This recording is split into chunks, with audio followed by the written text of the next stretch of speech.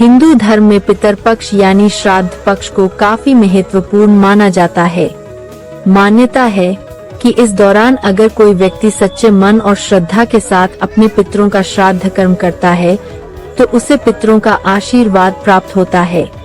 पितरों के प्रसन्न होने पर व्यक्ति का जीवन सुखमय हो जाता है और उसे हर काम में सफलता मिलती है। यही वजह है कि हर साल भाद्रपद मास की पूर्णिमा से लेकर अश्विन मास की अमावस्या तक लोग अपने पूर्वजों को याद करते हैं, उन्हें प्रसन्न करने के लिए पिंडदान और तर्पण जैसे श्राद्ध कर्म करते हैं। लेकिन क्या आप जानते हैं कि दुनिया में सबसे पहले श्राद्ध किसने किया था और इस परंपरा की शुरुआत कैसे हुई थी? श्राद्ध की परंपरा आखिर किसने और कब शुरू की, इस संबंध में विद्वानों में कुछ मतभेद दिखाई देते हैं।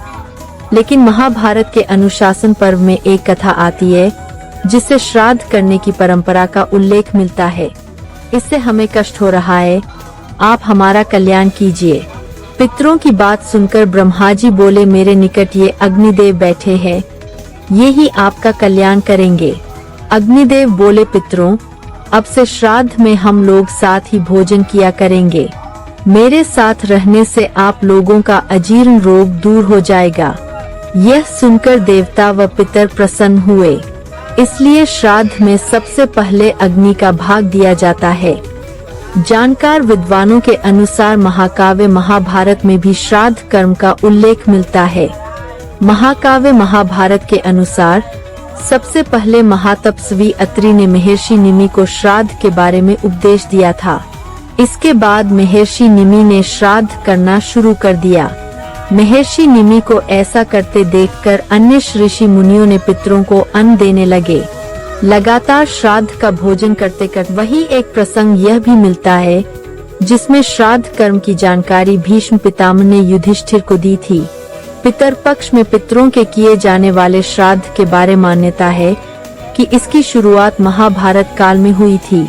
मान्यता है कि जब मृत्यु के बाद सूर्यपुत्र कर्ण की आत्मा स्वर्ग पहुंची तो उन्हें वहां पर खाने के लिए भोजन की बजाय ढेर सारा स्वर्ण दिया गया।